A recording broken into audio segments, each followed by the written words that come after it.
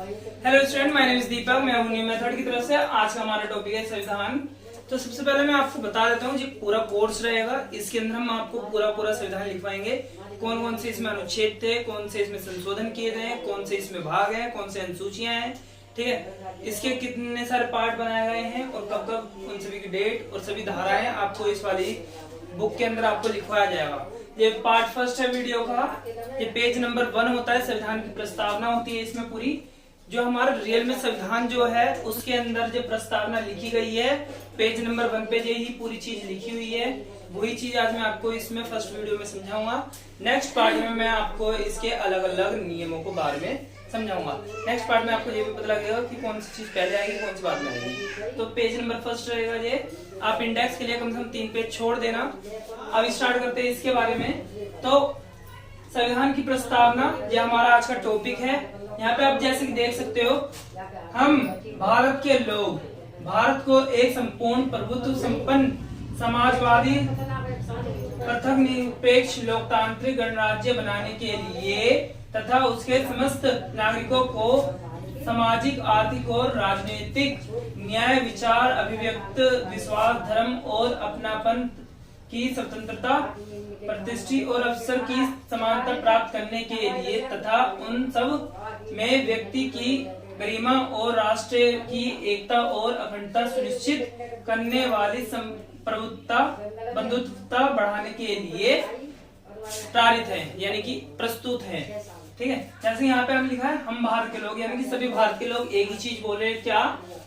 हम भारत के लोग भारत को एक संपूर्ण प्रभुत्व संपन्न समाजवादी, यानी कि भारत के सभी लोग क्या कहना चाह रहे हैं, हम जितने भी भारत के लोग हैं, हम पूरे भारत को एक संपूर्ण संपन्न समाजवादी देश बनाना चाहते हैं।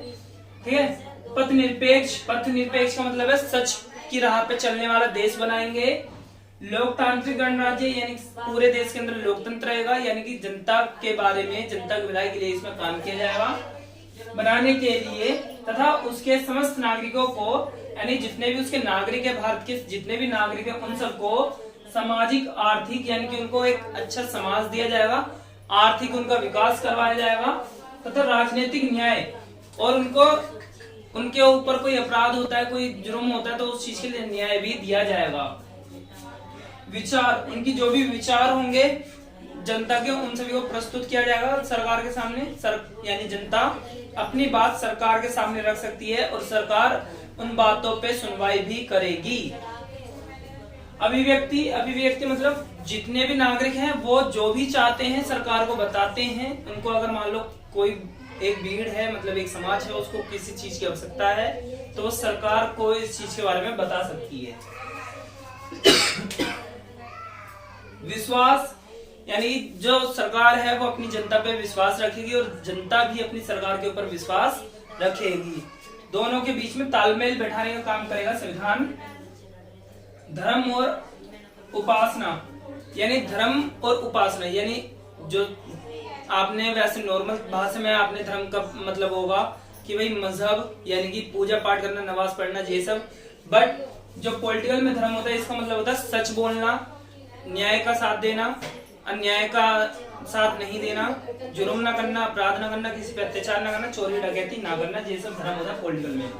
उपासना, यानी कि जितने भी भारत के लोग हैं वो सब किसको मानेंगे? संविधान को मानेंगे, संविधान को मानेंगे। यानी और एक चीज हो इसमें ये भी है कि अगर आप पूजा पाठ करते हो, नमाज पढ़ते हो, तो आपको उस चीज की आजादी होगी। ठीक है, पूजा पाठ करने और नमाज पढ़ने की जो आजादी होगी। ठीक है, प्रतिष्ठा और अवसर, यानी कि जितने भी लोग हैं उन सभी को समान अवसर दिए जाएंगे। ठीक है, कोई भी ऐसा व्यक्ति नहीं होगा जिसको पढ़ने लिखने की आजादी ना हो। बट एक चीज हम यहाँ पे पहले से क्लियर कर देते हैं कि आपने देखा होगा ST OBC और माइनॉरिटी वालों को थोड़ा विशेष अधिकार दिया जाता है। जो स्टार्टिंग में सिर्फ 5 से 10 साल के लिए दिया गया था, बट इसको सरकार ने खुद इतना ज्यादा आगे बढ़ा दिया गया है। जहां तक मैं सोचता हूँ कि आज की डेट में कोई भी ऐसा व्यक्ति नहीं है जो अपने परिवार को 2 वक्त का खाना नहीं खिला सकता अच्छे से और पढ़ा लिखा नहीं सकता। तो आज के डेट में ये वाला नियम जो था खत्म कर देना चाहिए, बट ये आज के टाइम में भी है। एग्जाम्पल के तौर पे 10th और 12th की जब फीस जाती है कम से कम 2400 या 3000 रुपए ले लिए जाते हैं जनरल वालों से। ठीक है, जनरल वालों से कम से कम 2400 से 3000 रुपए लिए जाते हैं, लेकिन SC OBC माइनॉरिटी वालों से हद से 300 से 400 रुपए ही लिए जाते हैं। तो ये काफी ज्यादा गलत चीज है, क्योंकि 10वीं और 12वीं के बच्चों के पास इतनी समझ होती है कि हमारे साथ क्या हो रहा है। यही चीज आगे जाके दिक्कत कर सकती है हमारे देश के अंदर कि पक्षपात हो रहा है, ये मान के चल सकता है कोई भी बच्चा फिर।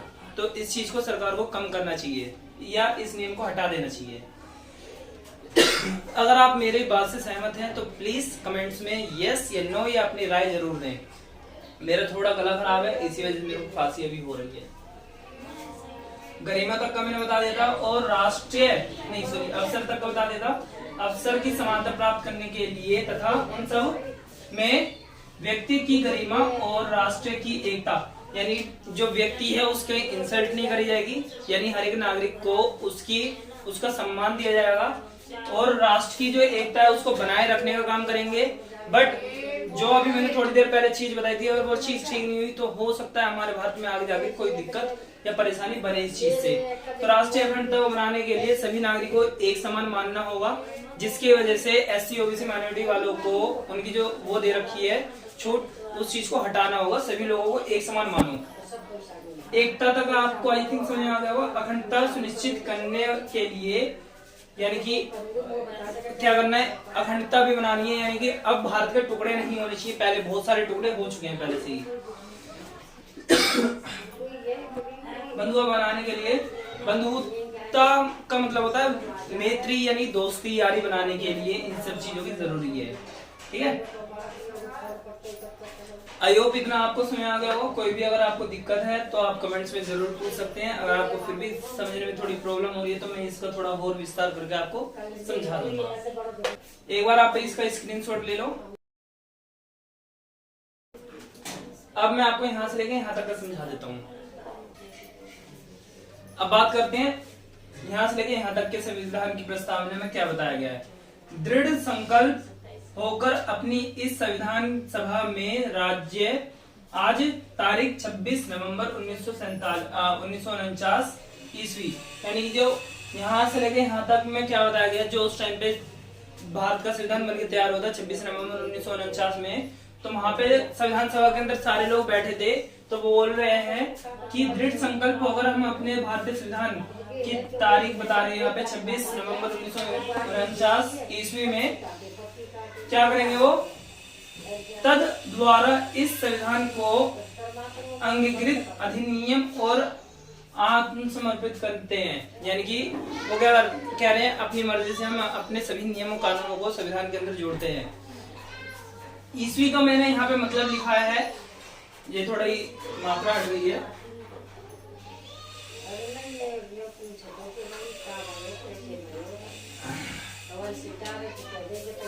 ईस्वी का मतलब होता है मिति मार्ग शीर्ष शुल्क सप्तमी 2006 विक्रम। यहाँ पे यानी कि बताया गया है कि इस वाली डेट को, ईस्वी को किस तरीके से लिखा जाता है, ये इसकी फुल फॉर्म होती है ईस्वी की। ठीक है, इस चीज के ऊपर भी गवर्नमेंट जॉब में क्वेश्चन आते हैं, तो आप इस चीज को भी अच्छे से याद रखना। SSC के एग्जाम के लिए जो तैयारी हो रही है, साथ ही साथ इसमें आप वकील का या फिर गवर्नमेंट टीचर अगर आप पॉलिटिकल बनना चाहते हो तो उस चीज के लिए भी आपका ये पूरा प्लेलिस्ट इसका बनेगा, तो उस प्लेलिस्ट को अच्छे से जरूर देखना। ठीक है, ये पार्ट फर्स्ट था।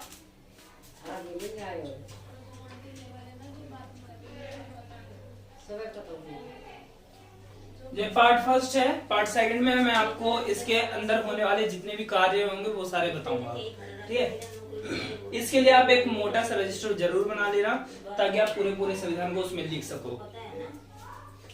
आप एक बार इसका फिर से स्क्रीनशॉट ले लो, कभी कोई दिक्कत रहे लिखने में आसानी रहेगी।